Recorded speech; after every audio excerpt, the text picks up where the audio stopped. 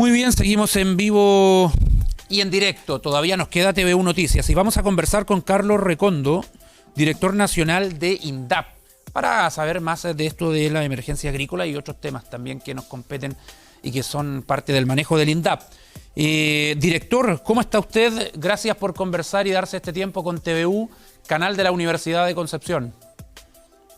Hola Francisco, muchas gracias por este contacto y un gusto también de poder conversar contigo.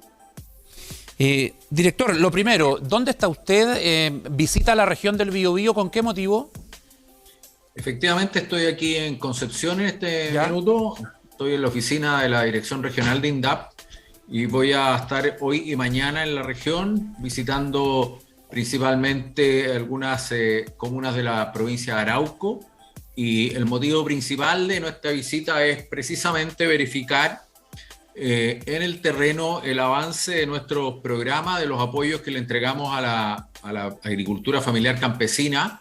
Y bueno, y a partir de los anuncios del día de ayer de la ministra Mary Undurraga, que nos señalaba la declaración de emergencia agrícola de las regiones de Biobío y Ñuble, también recoger y ver en terreno los requerimientos y la demanda por parte de nuestros usuarios de algunas acciones concretas para enfrentar las situaciones del déficit hídrico en esta región, que como todos sabemos, los efectos cambio climático está generando estos efectos de déficit hídrico en todo el país, en algunas regiones y en algunas zonas mucho más intensos.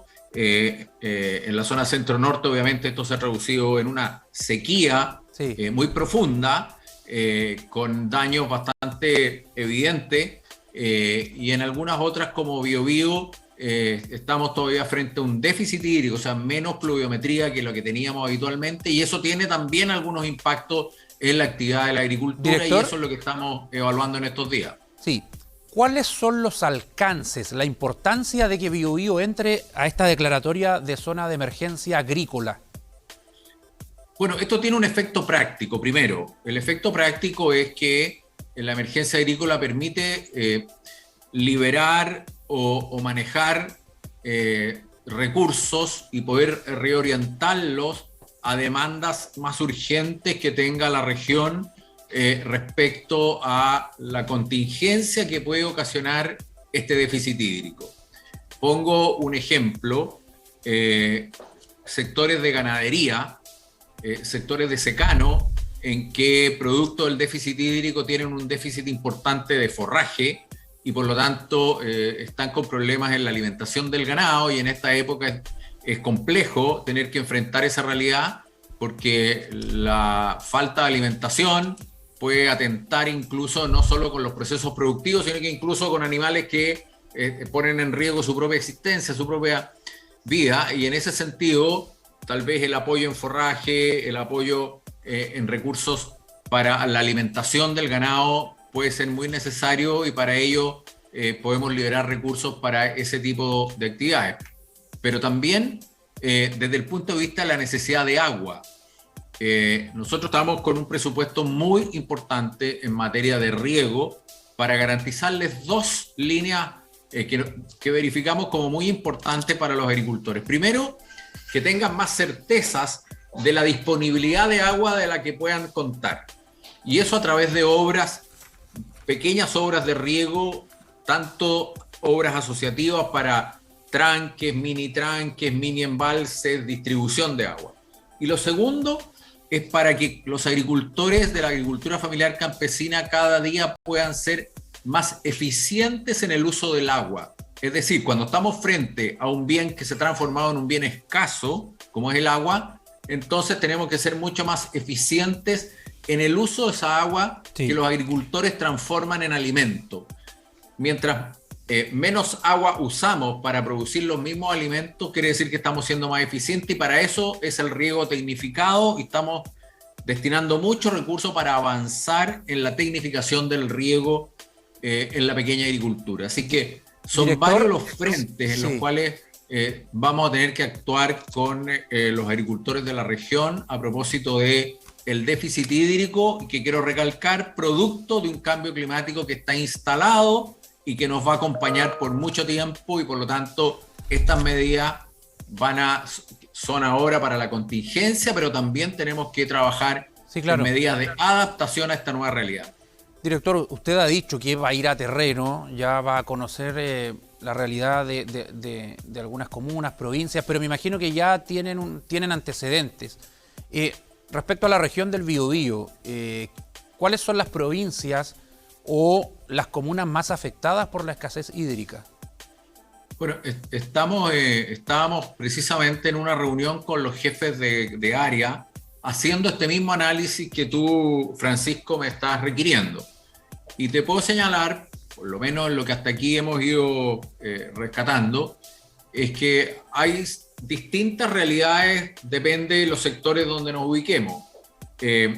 Por ejemplo, hay zonas de San Rosendo, ¿no es cierto?, donde hay más viticultura, y es viticultura de secano. Obviamente que ahí hay un problema. Hay un problema que no tienen agua para las viñas, y probablemente eso también va a afectar en el nivel de producción. Frente a eso, tenemos que concurrir con medidas más de mediano y largo plazo. Es decir, ahí hay que tomar medidas de adaptación, y la asistencia técnica es clave para ir generando medidas de adaptación para que los viñateros se puedan ir adecuando a esta situación de falta de agua, sobre todo cuando son zonas de secano. Nos señalaban que hay otras zonas en que tienen alguna afectación de frutales, como el sector de Santa Juana.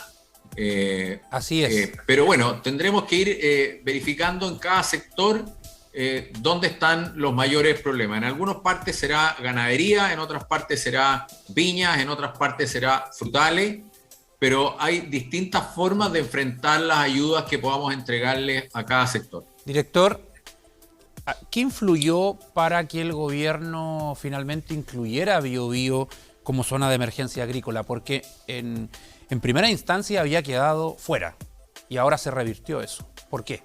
Sí, mira, Francisco, esto es un proceso que es dinámico. Nosotros estamos revisando permanentemente, y la ministra, por supuesto, el Ministerio de Agricultura, el Ministerio de Obras Públicas, son varios ministerios que están evaluando los datos de pluviometría, de disponibilidad de nieve, de disponibilidad de aguas superficiales, en forma diaria, permanente, y viendo los déficits hídricos, cómo van avanzando en las distintas zonas. O sea, no hubo un error acá. Pero, no hubo un error acá de dejar fuera el Biobío, sino que esto puede ir cambiando y se pueden ir agregando otras zonas.